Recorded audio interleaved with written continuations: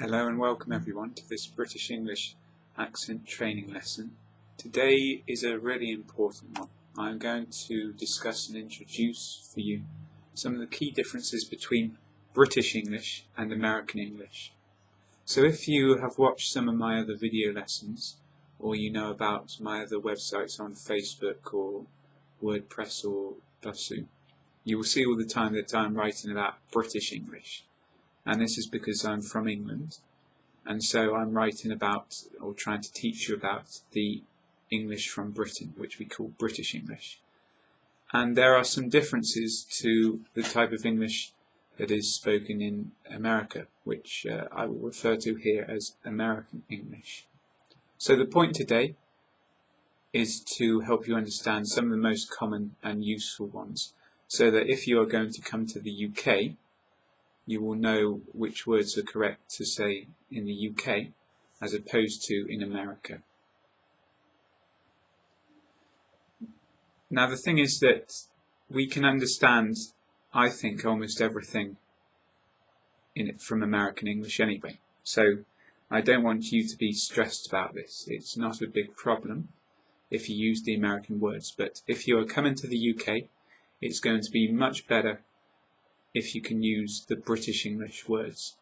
So don't worry too much, but we will be impressed if you can use the correct British English words. So this is not absolutely crucial. Don't worry about it. We can still understand, but it will help a lot if you can remember the things we are going to do today.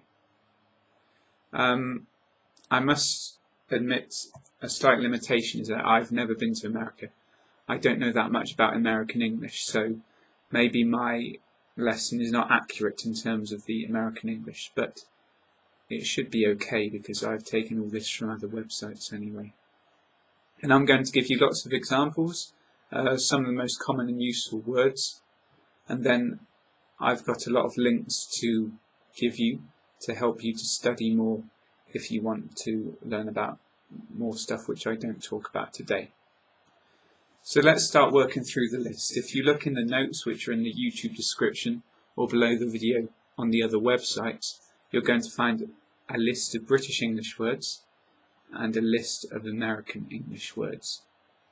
So for example, the first one in the British English one corresponds to the first one in the American English one. Okay? So in this case it refers to the season. In British English we say autumn. American English they will say fall. That one is a useful one to remember. We never say fall in the UK. Some about travel after that. We say a main road or maybe a motorway, means one of the big roads. Americans say highway. For trains we say railway. They say railroad. Now the tube or the underground refers to London mainly. The underground trains, we call it the tube or the underground. In American English they call that system subway. If you're driving the car and you park it, in the UK you park it in a car park. In America you park it in a parking lot. If you're in a tall building and you need to go near the top, in British English you will get in the lift. In American English, in an elevator. If you are writing a letter to someone or filling in details, in British English you will put in a postcode. That is a few characters at the end, a kind of code as to where your address is. In American English it's called a zip code. And so if you're writing a letter, in British English you put it in the post. In American English you put it in the mail. Clothes. In British English you can wear trousers. In American English they're called pants. So in American English pants means trousers. However, if you're in the UK and you say pants, it means the underwear, mainly male underwear. So that's a difference to watch out for. British English, you might eat chips, as in fish and chips. I'm sure you will eat them if you come here. In America they're called fries or French fries. This one is a little bit rude, but not really bad, and it's quite important to know. British English, if I say I'm pissed off, it means I'm angry or annoyed. And if I say I'm pissed, it means it's a slang for drunk. But in American English, pissed means angry. Okay, so it's quite confusing. Let's do it again. In British English, pissed off means angry or annoyed. Pissed means drunk, a slang word in British English. In American English, pissed means angry or annoyed, and I don't think that they use the expression pissed off. British English, if I'm trying to make you laugh, I'm going to be joking. In American English, it's kidding. Now, the letter of the alphabet, if you watch my first video, number 1, about the alphabet, the last letter we pronounce Z. In American English, I think they pronounce it Z. Now we have some spelling ones after that. Oh, sorry, I missed one. And this one's really important. A tap in British English, it can be in the kitchen or in the bathroom. It's what you turn to make water come out in the sink or the basin, a tap. And in American English, they call it a faucet, I think. This is completely different. We never use this word faucet in British English. So important that you know to use tap. Now we have spelling ones. So look at these examples. Organisation and realise, spelt with an S. In American English, they use a Z in the word. You can see it there, organisation or realise with a Z in American English. This is a noun. Licence, for example, I have a driving licence. We spell it with a C at the end in British English. If I was in America, I'd spell it with an S at the end. There are a few words like whilst and amongst. In British English, we end them ST, whilst, amongst. In American English, they are while or among. So another spelling problem. And then the last one here, past simple. In British English, we say burnt or learnt with a T at the end.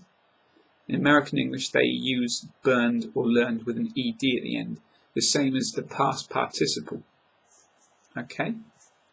So that concludes the list I've made up of some of the most common and useful differences in terms of words. So quite a few there, and I think that those ones are quite important. So if you have time, then I recommend that you study those to remember. Now, I mentioned at the beginning that I don't know much about American English, so I have some more resources that you can do more research on if you want to. There is one there below the list. It's called an article on influence of American English in Britain.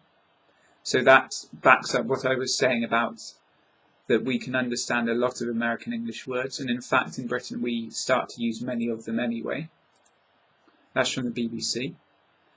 There's a link to a British English versus American English spelling quiz on one of the other websites. You can have a go at that. It's via Cambridge ESOL. And I'm not really going to do this because I can't do different accents, but obviously the British accent and American accent are very different. So for example, you can watch my other videos on YouTube to learn more about the British accent, the training there. I give you a link to American accent training that a lady has done on YouTube, a series which might be useful. And finally, one about British accent versus American accent, where there are two people in that video, an English girl and an American boy, and they are pronouncing some words for you to help you to understand the difference between British and American accent. So some really good things to watch there. And then for a more comprehensive list of vocabulary, I've given you the English Club link. And finally, a really interesting website, Effing Pot. It is a guide to speaking British English for Americans. So if you go on there, you're going to find a really long list and many examples of slang and other words so explaining what the British things mean. I really recommend you go on all of those websites if you have time to learn more about this subject. They are at the bottom of the notes section, okay? So please look at those. I really recommend them. So I've done all I can today, and I hope that it has helped you understand this really crucial topic. Because if you're watching my videos, I'm teaching you about British English. And American English tends to be the more common, of course. So really important that you understand these differences.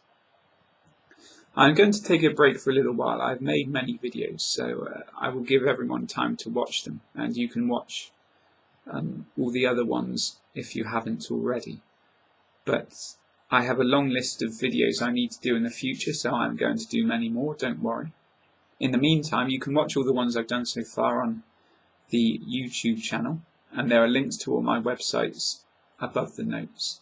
So please check the YouTube channel for all my other videos.